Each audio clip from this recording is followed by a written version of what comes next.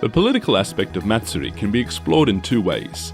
One, as part of Japan's soft power tactic, and two, Matsuri as a means to express a political narrative. Firstly, what is soft power?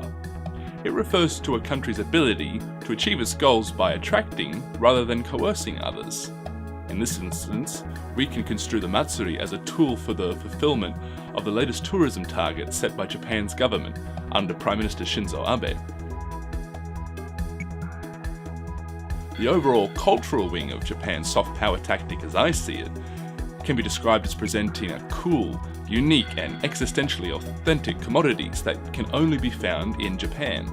The Matsuri fits this role perfectly. By virtue of its sheer existence, Matsuri attracts tourists to Japan, thereby achieving the government's tourism goals.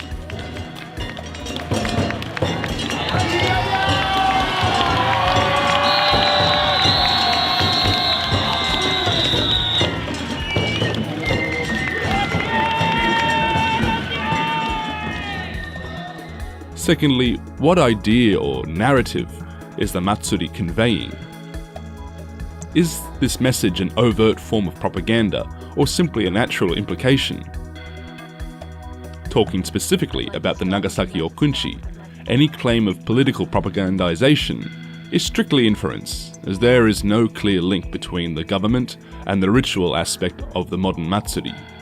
So much of the festival remains in the hands of ordinary men and women, and thus is more reflective of the local traditions as opposed to a national narrative. Yet the history of Nagasaki Okunchi reveals multiple implementations of the festival in order to underpin a political narrative. During the reign of the Tokugawa shogunate in the Edo period, the festival was used as a mechanism to reaffirm traditional religiosity and suppress the influence of Christianity. The shogunate arrested the influence of foreign political interference through the erection of Suwa Shrine and the incorporation of local folk performances in a bid to re-legitimize Shintoism and, by extension, the political hegemony of feudal Japan. While Christianity was suppressed, foreign occupation of Nagasaki was tolerated for the sake of trade. The festival served as cultural advertisement to these foreigners, communicating the dominance of traditional values and, by extension, the shogunate as well, especially with the introduction of no performances.